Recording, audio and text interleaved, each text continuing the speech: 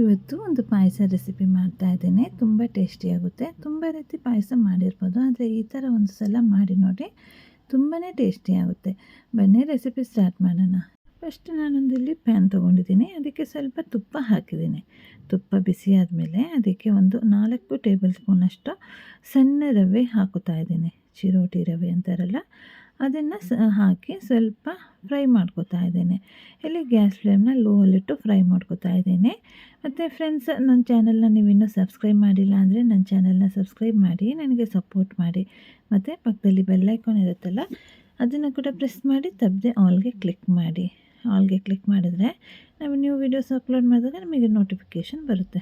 ನೋಡಿ, ಇಲ್ಲಿ ರವೆ ಫ್ರೈ ಮಾಡ್ತಿರೋ ಹಾಗೆಯೇ ನಾನಿಲ್ಲಿ ಸಾಗು ಬರುತ್ತಲ್ಲ, ನೈಲಾನ್ ಸಾಗು, ಸಣ್ಣ ಸಣ್ಣ ಸಾಗು, ಅದನ್ನು ನೆನೆಸಿಟ್ಟಿದ್ದೀನಿ, ಒಂದು 2 ಟೇಬಲ್ ಸ್ಪೂನಷ್ಟು.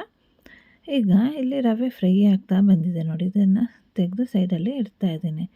ಈಗ ಒಂದು ಬಾಣಲಿ ತೊಗೊಂಡಿದ್ದೀನಿ. ಅದಕ್ಕೆ ಒಂದು 500 ml ಅಷ್ಟು ಹಾಲನ್ನು ಹಾಕುತ್ತಾ ಇದ್ದೀನಿ. ಹಾಲು ಹಾಕಿ ಹಾಲನ್ನು ಚೆನ್ನಾಗಿ ಕುದಿಸ್ಬೇಕು. ಇಲ್ಲಿ ಮೀಡಿಯಮ್ ಫ್ಲೇಮಲ್ಲಿಟ್ಟು ಕುದಿಸ್ಕೊತಾ ಇದ್ದೀನಿ.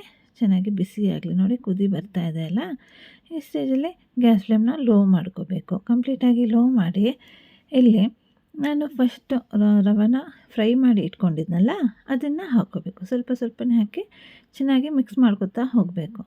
ಗಂಟುಗಳು ಬರದೇ ಇರೋ ಹಾಗೆ ಮಿಕ್ಸ್ ಮಾಡ್ಕೋಬೇಕು. ನೋಡಿ, ಎಲ್ಲ ಹಾಕಿದ್ದೇನೆ.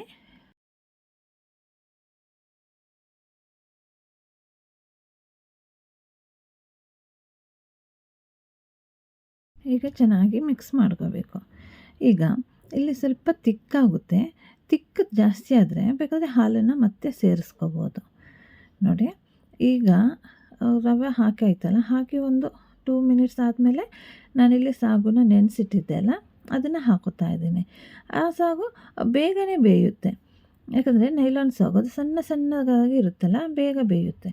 ಸೊ ರವೆ ಕೂಡ ಅಷ್ಟೇ ಬೇಗ ಬೇಯುತ್ತಲ್ಲ. ನೋಡಿ, ಈ ಥರ ಕನ್ಸಿಸ್ಟೆನ್ಸಿಲೇ ಇರಬೇಕು. ಚೆನ್ನಾಗಿ ಮಿಕ್ಸ್ ಮಾಡ್ಕೊತಾ ಇದ್ದೀನಿ. ಈ ಸ್ಟೇಜಲ್ಲಿ ಇದಕ್ಕೆ ಸಕ್ಕರೆನ ಹಾಕ್ಕೋಬೇಕು. ಇಲ್ಲಿ ನಾನೊಂದು 4 ಟೇಬಲ್ ಸ್ಪೂನಷ್ಟು ಹಾಕುತ್ತಾ ಇದ್ದೀನಿ.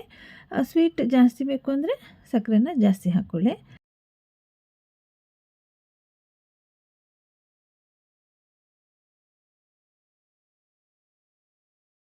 ಈಗ ಸಕ್ಕರೆನ ಮಿಕ್ಸ್ ಮಾಡ್ಕೊತೀನಿ. ಸ್ವಲ್ಪ ಏಲಕ್ಕಿ ಪುಡಿ ಕೂಡ ಹಾಕಿದ್ದೀನಿ. ಈಗ ಚೆನ್ನಾಗಿ ಮಿಕ್ಸ್ ಮಾಡ್ಕೋಬೇಕು. ಅದೊಂದು ಕುದಿ ಬರಲಿ. ಜಾಸ್ತಿ ಏನೂ ಕುದಿಬೇಕಾಗಿಲ್ಲ, ಸ್ವಲ್ಪ ಕುದಿ ಬಂದರೆ ಸಾಕಾಗುತ್ತೆ. ಯಾಕಂದರೆ ರವೆ ಎಲ್ಲ ಬೇಗ ಬೇಯುತ್ತಲ್ಲ, ಆಲ್ರೆಡಿ ಬೆಂದಿದೆ. ಈಗ ನೋಡಿ, ಚೆನ್ನಾಗಾಗಿದೆ ಅಲ್ಲ. ಲಾಸ್ಟಲ್ಲಿ ಸ್ವಲ್ಪ ಡ್ರೈ ಫ್ರೂಟ್ಸ್ ಹಾಕೋಬೇಕು. ಇಲ್ಲಿ ನಾನು ಗೋಡಂಬಿ ಮತ್ತು ಬಾದಾಮನ್ನ ತುಪ್ಪದಲ್ಲಿ ಹುರಿದು ಕಟ್ ಮಾಡಿ ಇಟ್ಕೊಂಡಿದ್ದೀನಿ. ಅದನ್ನು ಹಾಕೋತಾ ಇದ್ದೀನಿ. ನೋಡಿದ್ರಲ್ಲ ಫ್ರೆಂಡ್ಸ್, ಅಷ್ಟು ಈಸಿಯಾಗಿ ಒಂದು ರವೆ ಪಾಯಸ ಮಾಡ್ಕೋಬೋದು ಅಂತ. ತುಂಬ ಟೇಸ್ಟಿಯಾಗುತ್ತೆ. ಒಂದು ಸಲ ಟ್ರೈ ಮಾಡಿ ನೋಡಿ. ಮತ್ತು ಹೇಗಿತ್ತು ಅಂತ ನನಗೆ ಕಾಮೆಂಟ್ ಮಾಡಿ ತಿಳಿಸಿ. ವಿಡಿಯೋ ಇಷ್ಟ ಆಗಿದ್ದರೆ ಒಂದು ಥಮ್ಸ್ ಅಪ್ ಕೊಡಿ ಆಯಿತಾ.